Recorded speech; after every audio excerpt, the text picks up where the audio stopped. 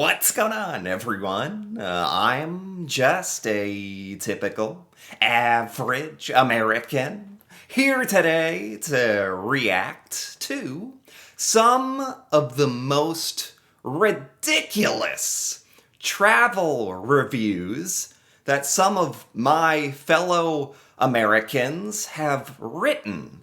So today, I want to take a look at this list of 40 negative travel reviews. And to be honest, to me, this list just seems mostly to be Americans complaining that other countries are not what they expected or not what they wanted, or other countries are not similar enough to the United States. And all of this just sounds absolutely ridiculous, for one thing, to write a negative review about online. But at the same time, I want to take a look at some of these because it also sounds strangely entertaining. So let's take a look, starting with Bumpy Roads Ruined Our Vacation Prep. Bumpy roads ruined your vacation? Really? That's all it took? This already sounds like this is like their problem. It's not the road being a bit bumpy. Like that's all it took to ruin your vacation? I think you have other problems at that point. So it says this person's trip got off to a bumpy start when the airport transfer presented an unforeseen obstacle. And the review that they left was, the roads were uneven and bumpy. Oh, God forbid. Oh, no. What? They actually took the time to write a negative review online because of some bumpy roads? What kind of incredible privilege does that say about you? For one thing, if the worst thing about your vacation was that the road was a bit bumpy, that's like a life-altering event to you? That ruined I just can't believe somebody would like go online and complain about a bumpy road. It just seems odd and kind of like childish, to be honest. Anyway, the roads were uneven and bumpy, so we could not read the local guidebook during the bus ride to the resort. Because of this, we were unaware of many things that would have made our holiday more fun. What? Okay, I have so many problems with this. So for one thing, you're saying it's because the road was bumpy, you couldn't read your guidebook. So you had no idea what to do on your holiday? Why? You waited until you had traveled all the way to another country and you were literally on the bus at the airport to start looking up things to do? Why did you wait that long? And you could have at any point, there's something called the internet as well. You could have gone online and looked up what to do. Or how bumpy is this road that you can't like read your phone or your your pamphlet? Really? Is it that bumpy? And even if it is, can't you just wait until the ride is over? What was that the only opportunity you had all day to read the guidebook? And that made you completely unaware of many things that you could have done on your entire holiday? You had to read it all in that 10-minute period on the tour bus? Couldn't you have looked it up later? I have so many questions about this. It's true, sometimes like my fellow Americans write things, and even as an American myself, I don't even understand what their thought process is, or what? That sounds like a totally made up problem, let alone that they actually later got so angry they posted about it online. Anyway, let's keep going. I think these are going to get me a little worked up. That's okay. 39. There was no milk in the tea. There was no milk. So you better complain about it online. For one thing, I'm American. I don't even drink tea. Most Americans don't really drink tea. I'm surprised this is even a complaint. A travel advisor says she received a call late at night from one client who is visiting Rome. Wow, so this was like somebody waking up and calling their travel advisor. Doesn't that mean you're kind of like if you have a travel advisor that you can wake up in the middle of the night, that means you're pretty like well to do, like probably kind of rich, right? So maybe kind of spoiled, maybe that has something to do with these. I think that must have something to do with these travel reviews because these are ridiculous things for normal people to complain about. Usually, if you're traveling to another country, that's an awesome, like, lifelong, event for a lot of Americans, especially whenever we travel to another country. We don't do that very often, so you got to really relish it and enjoy it. But these Americans are just complaining, so it sounds like kind of entitled and spoiled to me. Anyway, they complained that they had received a sandwich, but the bread was not buttered on both sides. This, God bless travel advisors. I hope they get paid well, because to deal with some like rich or maybe they're not. Maybe you don't have to be rich. Maybe you can just be like a moron.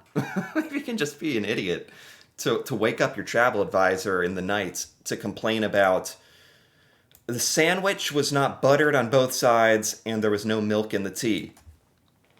Then put some milk in your tea, man. Put some milk in your tea. Are you okay? You're kidding me. After talking to the hotel, she found out the milk had been served in a separate jug, as is the custom.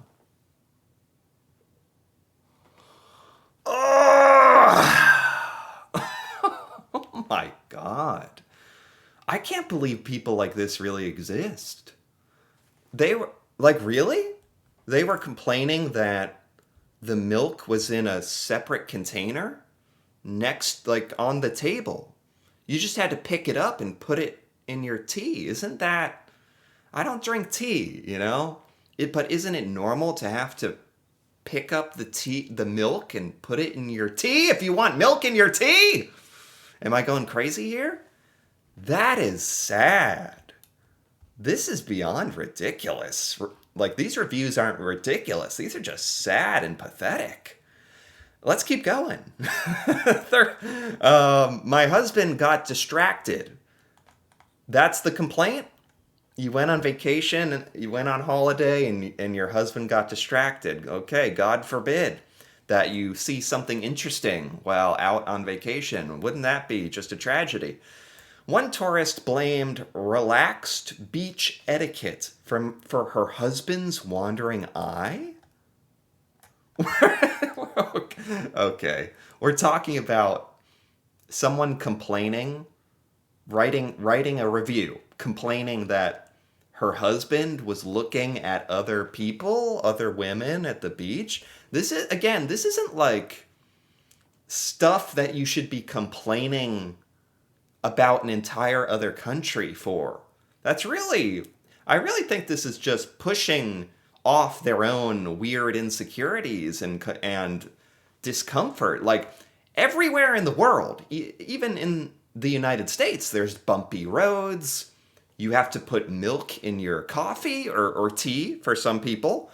And there's going to be people at the beach that you might look at. This is not stuff that should be mind-blowing to Americans visiting other countries, let alone complaining. But anyway, they left a review saying, topless sunbathing at the beach should be banned. The holiday was ruined as my husband spent all day looking at other women. This is not. Okay, there's a couple things here. Yes, it's true. Here in the United States, we don't have topless beaches as far as I'm aware. We don't. Maybe there's somewhere in America that does, but I don't think so. I'd like to know where, though. Where exactly? Anyway, to my knowledge, there is a not. And I don't think Americans could really handle it, to be fair, because here in the United States, sex and sexual topics and nudity is very taboo. We're perfectly okay with a lot of things, like explosions, like on TV and movies. We show death and violence and guns, and but nudity is very taboo. So I'm not surprised when a lot of Americans go abroad and travel to other countries and there's a topless beach. I'm not surprised that there's Americans who are weird, like really, really weird about it, and probably inappropriate, to be honest. But anyway, disregarding all that, this is just between you and your husband. This is between the wife and husband, and they need to figure out if he's got a problem or if he's admiring people too much, or this is not something to complain about online and leave a review like the beach in whatever country this was in. I know that topless beaches or whatever, I think that's a thing in a lot of countries, and the country doesn't need to change. These Americans and their attitude has to change, and she has to get a grip on her husband or something. I don't. The volcano was just a mountain. That's the complaint. The volcano is volcanoes are mountains. That's what they are. Are they mad at the volcano? Is that what happened? There was a distinct lack of fireworks for this traveler when they set out for a spot of local sightseeing. They scolded, oh God, they scolded the person who had recommended the day trip, stating, "You said the town was next to a volcano, but wait, we went and there was no lava." Oh my God. Oh my God. This is what happens, unfortunately. This is what happens when Americans travel to other places, because we're not, I'll be honest, we're not very worldly. We don't know about other countries and cultures and geography, but even I know there's a lot of volcanoes. You don't have to be a genius to know a lot of volcanoes are dormant. They're not just always spewing molten lava. That'd be very bad, and there probably wouldn't be a town next to that volcano. I'm pretty sure it was just a mountain. For one thing, like all volcanoes look like a mountain, and a lot of volcanoes are dormant or inactive, and that's normal. You're not just and some volcanoes have active lava, and like there's different types and stuff. Call us the fact, I even know this. Call us superstitious, but perhaps insulting some of the world's most destructive geological wonders is something you should think twice about, right? There's a lot of really famous volcanoes that don't actively have like smoke and lava coming out of them all the time. So this just ruined their vacation. You could have looked it up.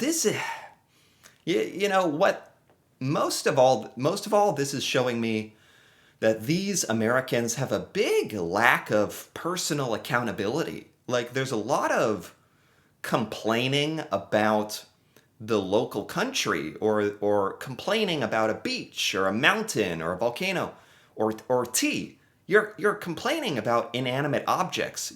You are your own person. Take some personal responsibility, for God's sake. I feel like this isn't too much to ask, or at least research where you're going and what's there, so you're not shocked when it's looks like a mountain more than a volcano. More fruit, please. Oh God, what is this? One disgruntled tourist wasn't happy about the lack of fruit in their sangria. Lack of fruit or types of fruit. Sangria is like a alcoholic drink, right? I don't know much about this. They wrote, "Our jug of sangria didn't have a wide ranging fruit selection." That's that's the complaint? It's why not just talk to there's just so many things that you could do rather than go online and just complain about your vacation in another country. And the things that these Americans choose to complain about are just so, like, God, so ridiculous. That's the perfect word. Their drink didn't have enough fruit in it. So that ruined their vacation. That was such a big deal to them that they remembered that and went home and wrote about that online in a negative review. That one cup of sangria was such a just traumatized them so much. Why did you try asking the local staff if they had some more fruit? And if that's how the sangria comes, that's how it comes. That's how, you can't always have everything exactly how you want. And that's probably how they make that specific drink in that specific place. So just enjoy it for what it is. Oh my God. Let's take a look at maybe one more here. Oh no. Stonehenge was a bunch of rocks. So I've heard of Stonehenge. This is like a popular geological sort of cool thing that we learn about here in the United States. We've all heard of Stonehenge. We all know that it's a rock formation, or it's a bunch of rocks that have been like mysteriously put into this circle, and it's cool. That's what it is. And like every American knows what it is. But this American said, it's one of the most famous prehistoric monuments in the world. This is, if you're American, you should know about this. But on TripAdvisor, a reviewer named Dan G was disappointed, and he wrote, "It's a bunch of rocks in a field. Wow." Oh my God. Dude, then just go home. Why did you go? You didn't know it was everyone knows it's a bunch of rocks in a field. And it's cool. That's what it is. It's mysterious, and how did they balance them? How did they move them here? Like, I don't know. And it's just a cool thing. But at the end of the day, I know it's a bunch of rocks. That's what you go for. You'll have to excuse the sarcasm, but the reality is that this is exactly what the attraction is. You can't even go up to them. Yeah, there's some historical background, but that can be said of other, far better attractions that our country has to offer. Give it a miss, not worth the effort. Man, that's just, it should not have gone. Like, nobody's twisting your arm, forcing you to go to Stonehenge. Lots of people go and probably enjoy it. It's not like the most insane thing in the world, but to go online and complain that it's a bunch of rocks, we all know it's a bunch of rocks. You can't even go up to them. Yeah, because like Americans would probably try to like break off a piece and take it home. Like there's probably a reason you can't just go up and start climbing on Stonehenge. There's just the entitlement is a big problem, I think, for that a lot of Americans seem to have going to other countries. This entitlement, this attitude of, oh, everything is not exactly how I want it, so that's a big problem. That's so bad. That's so embarrassing. But yeah, I thought this would be kind of interesting to take a look at, and so there's a couple of the most ridiculous travel reviews that Americans have ever actually written and posted. That was actually even worse than I expected, which is saying something, but oddly entertaining. If you enjoyed this as well, feel free to give this video a like or leave a comment with your thoughts on any of these ridiculous travel reviews. And if you're interested in more videos like this, feel free to subscribe. for more. And until then, thanks for watching and see you next time.